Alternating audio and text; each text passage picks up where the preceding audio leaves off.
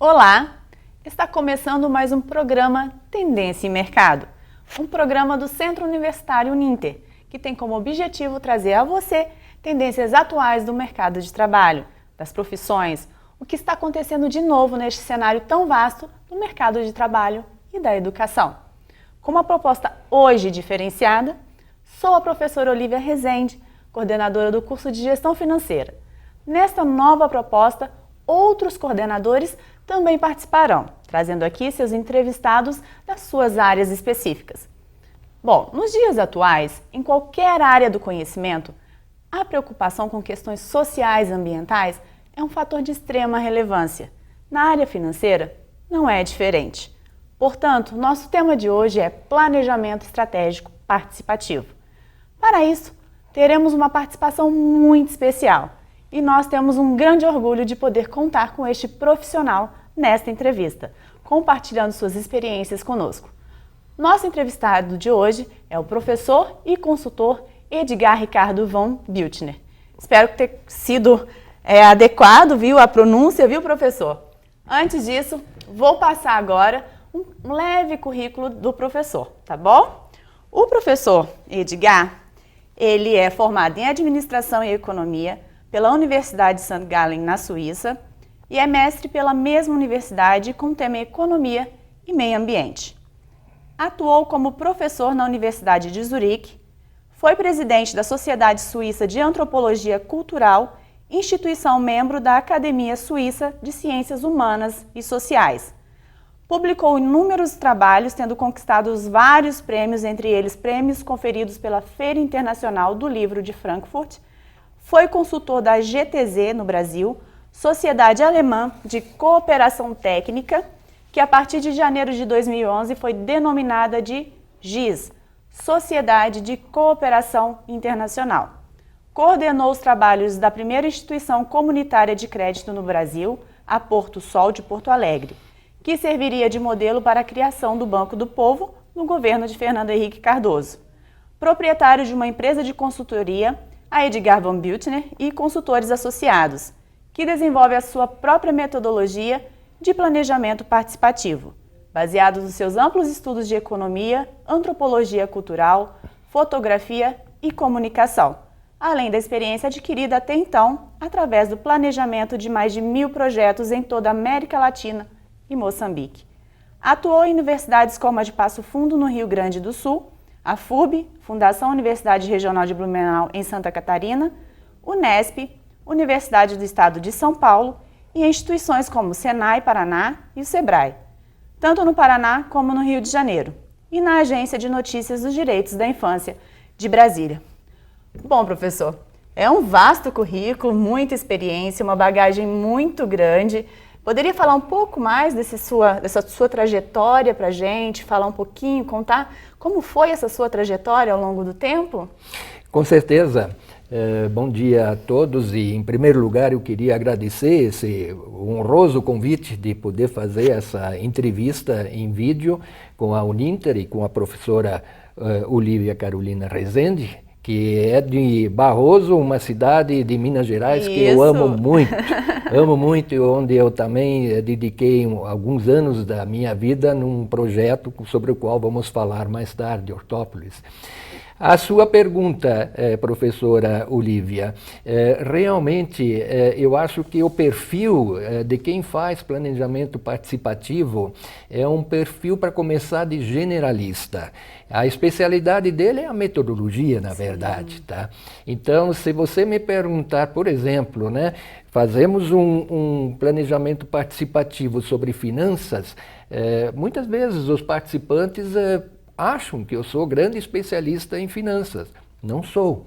Eu sou o especialista na metodologia. Sim. Os especialistas em finanças estão entre os que estão planejando o projeto. Sim. Então, talvez o primeiro recado meu é esse: seja generalista, especialista na metodologia, e seja flexível e aberto para entender diferentes problemas de diferentes áreas, tá? Sim. Né? E essa é a minha formação, até no currículo, né? Teve gente que às vezes, currículo para cooperação técnica, né? Não, deixa fora isso, deixa fora aquilo, deixa fora mais aquilo, porque ninguém vai entender como é que um economista fotografa, como é que um economista tem interesse pela antropologia cultural, tá? Mas não, faz parte, né? Para você entender a economia como um todo também, né, professor? Você tem que entender a antropologia, a história, o contexto completo, não é simplesmente apenas a matemática em si ou os cálculos. Você tem que ser mais generalista, né? É exatamente isso, porque olha, eu fui o primeiro e com certeza o único presidente da Sociedade Suíça de Antropologia Cultural que não era etnólogo, que não era formado em antropologia cultural, mas que era economista, tá? Sim. E foram os estudantes que me elegeram, tá? Foram estudantes que disseram, mas a sua proposta para nós é a mais convincente, é a que nós mais queremos, tá? Então, um economista que faz exposições de fotografia sobre a vida, por exemplo, no Nordeste brasileiro, no interior do estado da Bahia, tá? Isso era uma coisa assim extraordinária, sim, né? Era uma coisa extraordinária.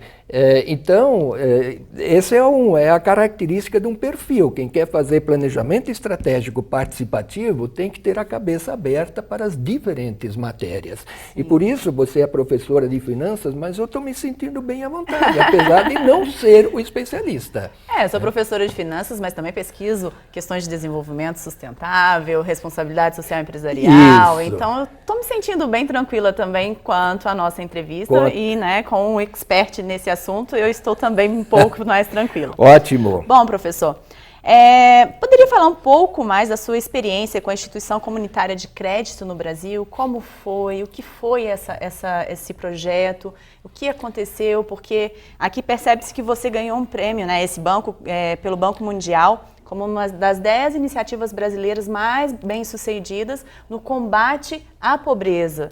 Sim. Então, assim, a gente queria entender um pouco mais desse contexto, um pouco mais do que houve dentro desse projeto, como foi. Poderia falar um pouco para a gente? Com certeza. Os prêmios, na verdade, não sou eu que ganho, né? São sempre os projetos que ganham, tá? Mas muitas vezes permitem que eu apareça na fotografia também, tá? Aí eu já me sinto muito gratificado. Mas esse é um dos exemplos, né? Que o desafio era criar essa instituição. E eu já tinha tido um antecessor no projeto que não conseguiu, e ele também desistiu, daí voltou para a Alemanha, tá? E o grande desafio era conseguir, inclusive com uma constelação política muito complicada, que foi no Rio Grande do Sul. O projeto era com o estado do Rio Grande do Sul, que era governo PDT, do Alceu Colares, mas o banco comunitário era com a cidade de Porto Alegre, cujo prefeito era Tarso Genro do PT. Uhum. Então você veja que a coisa não era, precisava também uma habilidade política. Esse é outro ponto onde eu entro muito na questão do planejamento participativo, é a competência social. Quem não tem competência social não tem condições de fazer um planejamento estratégico participativo. E dentro das competências sociais entram as habilidades interpessoais. Sim. Então, as habilidades interpessoais são principalmente a linguagem, toda a parte de comunicação, toda a parte de empatia, ou seja, se colocar na situação do outro e ver como é que o outro sente o problema. Isso. Né? Tem todas essas... também ser convincente, ter uma linguagem muito clara e precisa, não fazer encher linguiça, nem rodeios, nem frufrus, ir ao ponto diretamente. Então, isso são as habilidades interpessoais, tá?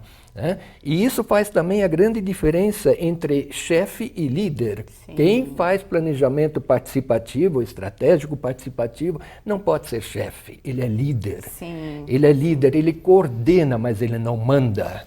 Né? Ele constrói o consenso.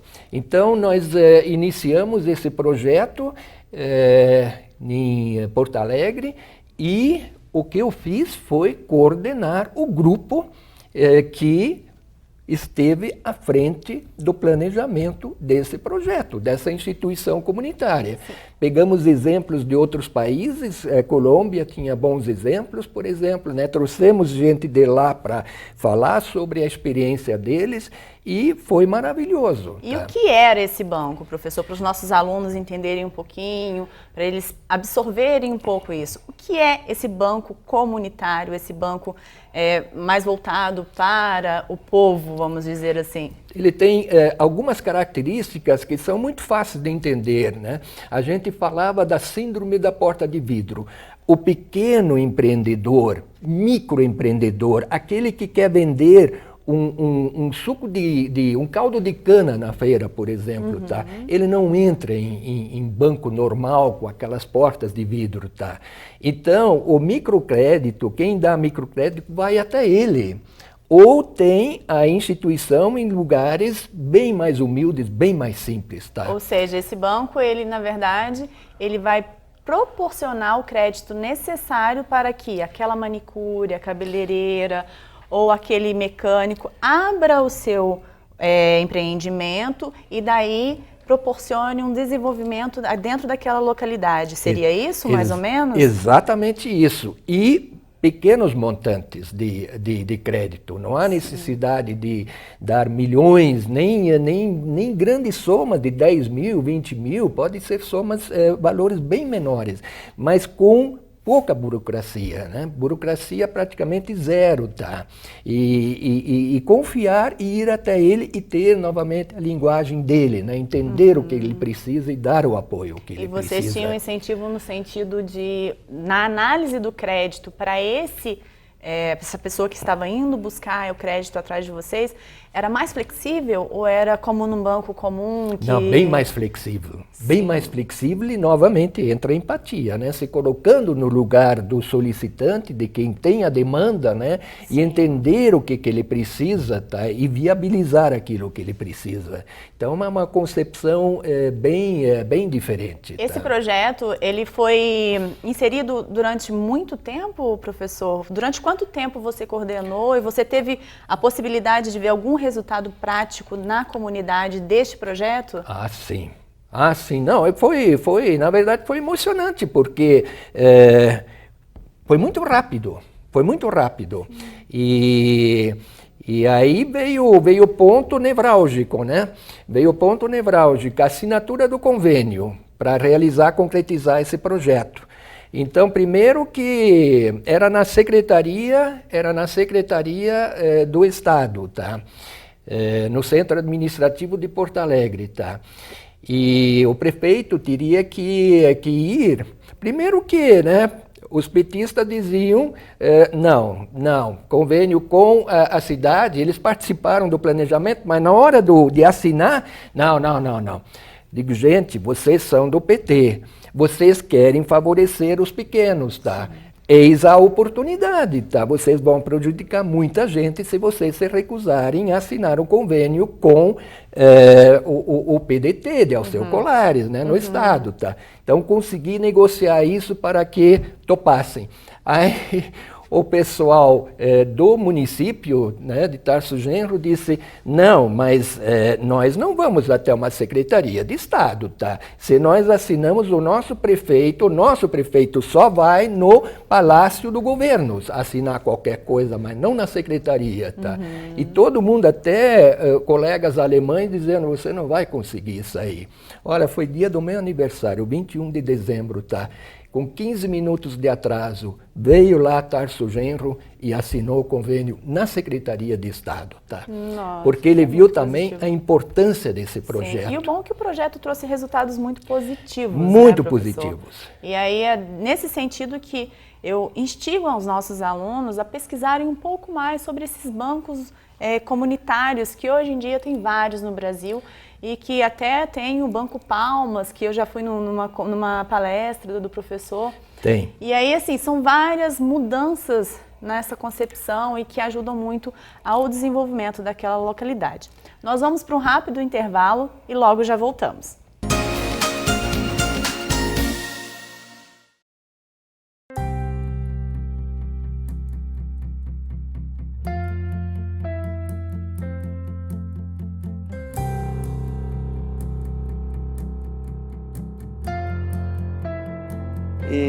Então, assim, para mim o conhecimento ele não tem preço.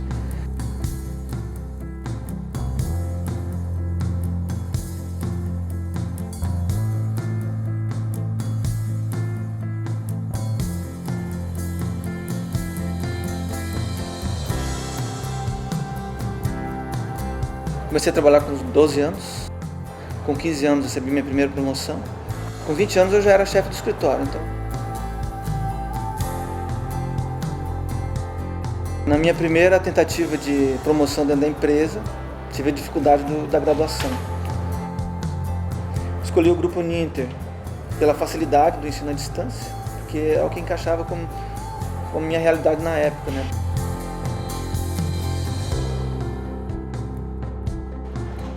Após o início do curso, eu tive minha primeira promoção e já tive que mudar de cidade. Já fiquei preocupado, como que eu vou continuar o estudo?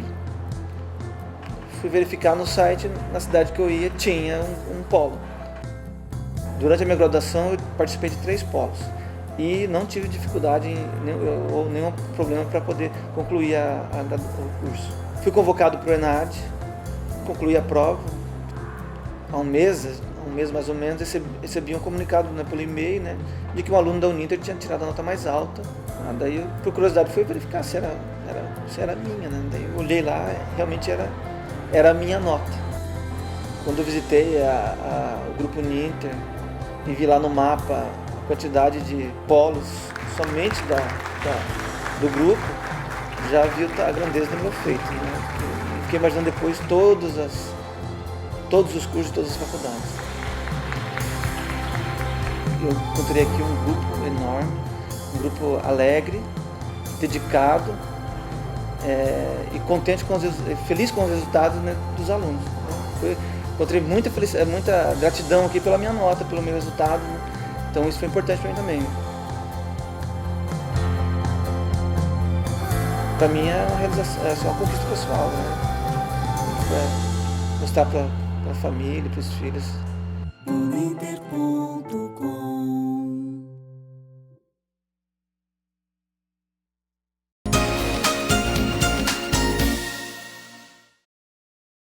Estamos de volta com o programa Tendência e Mercado.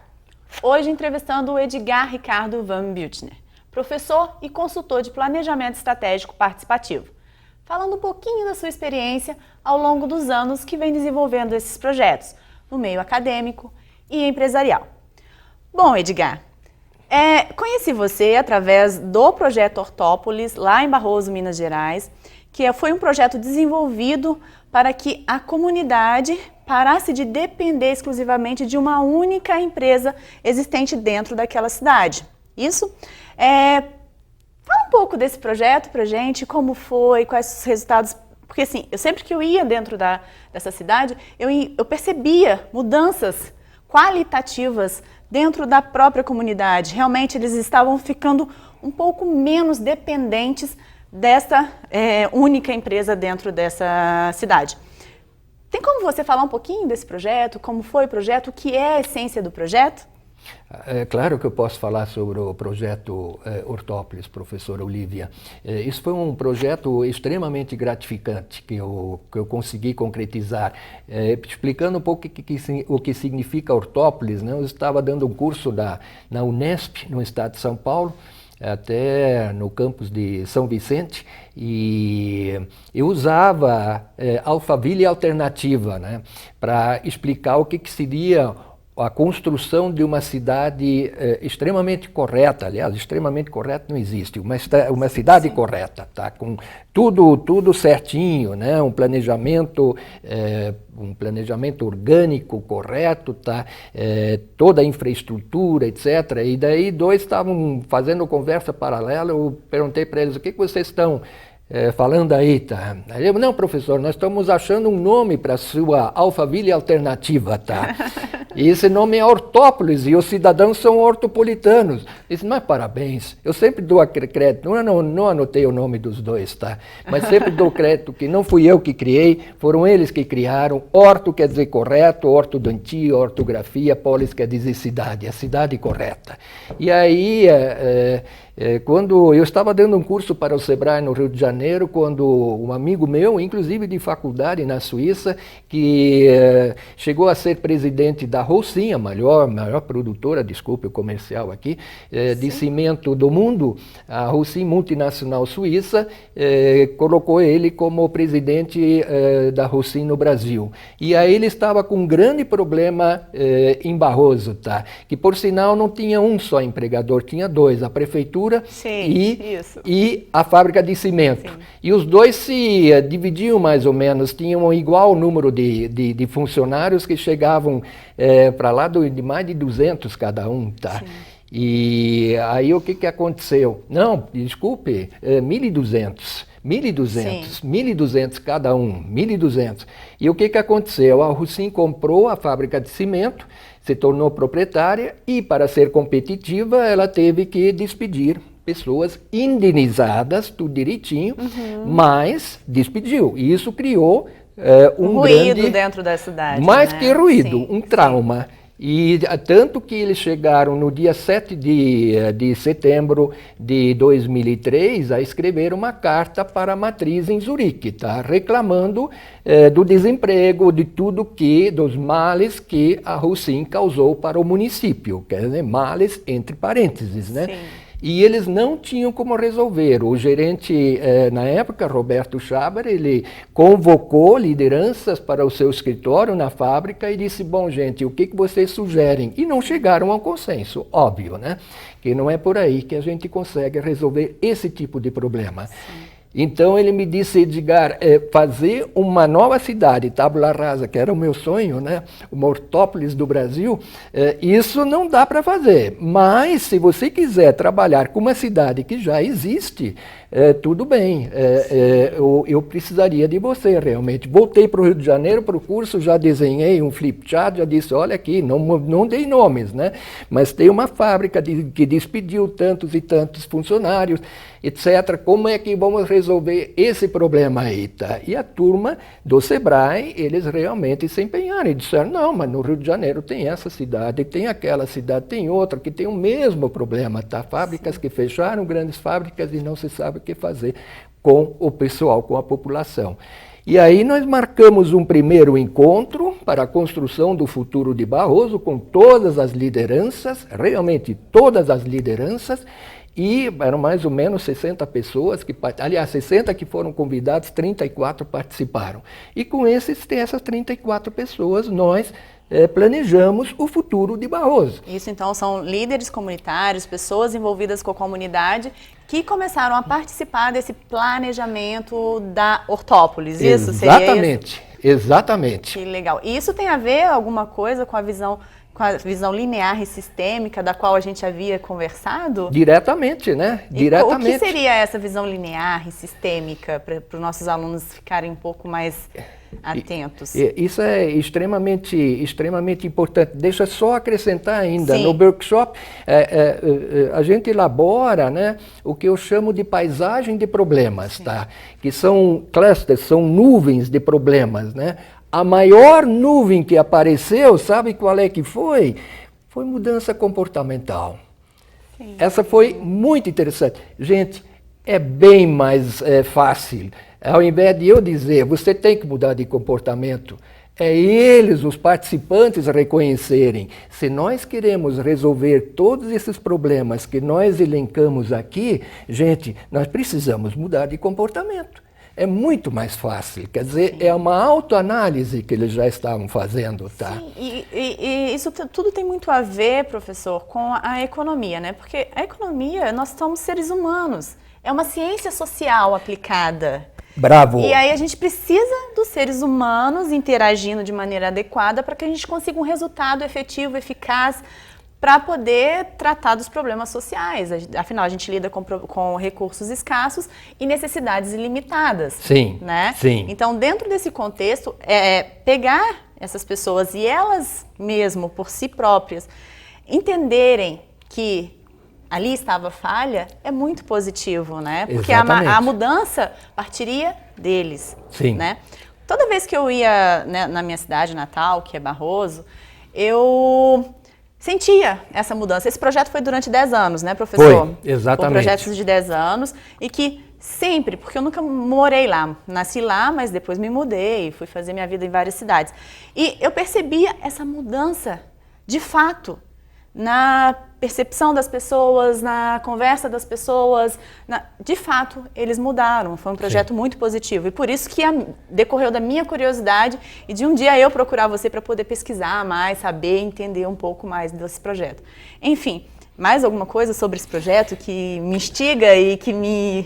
Não, só para voltar na questão sistêmica, né? Eu recebi hoje de manhã ainda ali no carro para minha filha, tá, que me trouxe aqui, e aí eu recebi um e-mail, tá? E esse e-mail fala de que uma comunidade é um só corpo, com um só espírito. E aí até o autor do e-mail, por exemplo, por sinal, a organização se chama obomcaminho@org. E aí ele pergunta o que seria da mão se não houvesse o pé, o que seria dos olhos se não houvesse o olfato. E pode a mão dizer para o pé, eu não preciso de você, eu faço tudo sozinho, tá? E aí no final eu pergunto, e quem que mandou esse e-mail para mim, tá?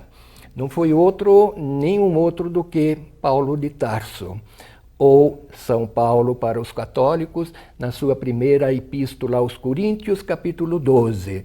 Não sou teólogo, mas pesquisando quem foi o sistêmico mais antigo, cheguei a Paulo de Tarso. E uma informação que também não é do teólogo, mas do economista, quem transformou a igreja cristã numa igreja mundial não foi outro do que São Paulo, e com a sua visão sistêmica. Sim. Ou seja, né, até eu fui a Balneário anteontem, daí em Itajaí embarcou um estudante de Florianópolis, tá?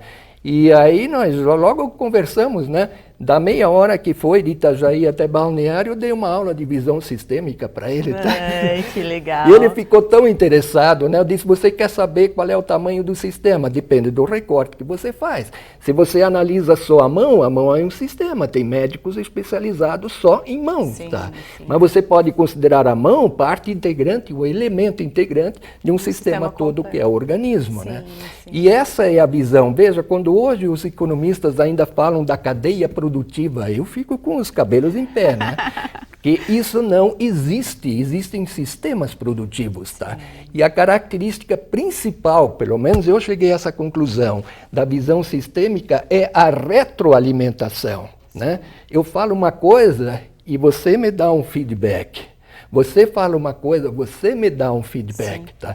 E nesse sentido eu peço a quem esteja assistindo esse vídeo, dê um retorno, porque a televisão unidirecional está morta. Se vocês acompanham William Bonner e William Vac nos dois jornais mais importantes do Brasil, eles estão terminando com essa coisa. William Vac está levantando, o William Bonner está levantando, está falando com os correspondentes de cara a cara, parece que eles estão dialogando. Tá? Então, esse linear, essa visão linear, acabou. Terminou, isso. E por isso que nossos alunos de gestão financeira, apesar de estar dentro de um recorte, eles precisam entender o todo para conseguir gerir adequadamente, de maneira correta e ser um bom gestor, um gestor de sucesso, um gestor que vá realmente e efetivamente fazer algo para aquela organização e para a sociedade em que ele está inserido, que na verdade é a nossa finalidade maior. Não é, professor? Professora Olívia, você é sistêmica. Parabéns. E sobre o planejamento estratégico participativo, tem alguma coisa, além do Hortópolis, disso que a gente conversou, algum projeto, alguma coisa que você gostaria de enfatizar e deixar de exemplo para os nossos alunos? Sim, esse planejamento estratégico participativo eu chamei de PEP. Planejamento Estratégico Participativo. E eu lamento que o Brasil ainda esteja tão atrasado, porque se a gente fala de sustentabilidade, ecologia, uma série de coisas, sem essa visão sistêmica não vai ser possível. Sim, tá? Sim. Então, inclusive ela faz uso de uma metodologia ou de método de visualização permanente. Nós não trabalhamos assim como estamos trabalhando aqui. Eu trabalho com painéis, de fixação, os pinballs, e cada um vai escrevendo as coisas em cartões, tá? Então, eu trabalho o sonho, né? E daí eu pergunto, o que está impedindo da gente realizar o sonho que vocês têm, seja do município, seja de um projeto determinado, né? E daí eu faço o levantamento da paisagem de problemas, mas tudo visualizado, tá? E uma vez feita a paisagem de problemas, a gente daí pode definir grupos de trabalho, pode montar e segmentos daí, né? Segmentos dessa página. A gente monta daí a MPP, que é a matriz de planejamento do projeto. E essa é uma ferramenta básica para você também ir em busca de recursos, captar recursos. Sim. O que eu estou achando interessante da sua conversa, professor, é que dentro desse planejamento estratégico participativo, você leva em consideração questões culturais daquela localidade, as necessidades daquela localidade específica, você considera o que realmente é a necessidade, não simplesmente você implementa um projeto, coloca de qualquer forma dentro daquela comunidade, né, professor? E dentro desses projetos, você consegue, né, as pessoas têm que entender que eles conseguem financiamento através do FMI, dentre outros, para poder implementar esses projetos. Que aí entra o pessoal da área de finanças, que aí a gente vai trabalhar nessas questões, vai correr atrás desses financiamentos para poder mudar essa comunidade. Então, professor, esse planejamento estratégico, dentro do que eu pude perceber, né, dentro lá que eu vivi na real, né, que eu sempre chegava lá em Barroso e via que realmente houve efetivamente mudança da percepção das pessoas e da atitude das pessoas em relação ao mercado, que estava lá dentro, o empreendedorismo, que eu vi que foi um fator, né, que se motivou muito ali dentro. Então, assim, acredito eu que seja uma ferramenta magnífica para a gente poder trabalhar e poder implementar. E agora eu gostaria de agradecer a sua participação, foi muito positiva. Espero que os nossos alunos tenham gostado, as pessoas que estejam assistindo essa entrevista tenham gostado. E fica aqui o nosso agradecimento e muito obrigada, tá? Eu que agradeço, sinceramente. E agradeço também ao tempo que gastaram para assistir esse vídeo. Pessoal, até breve!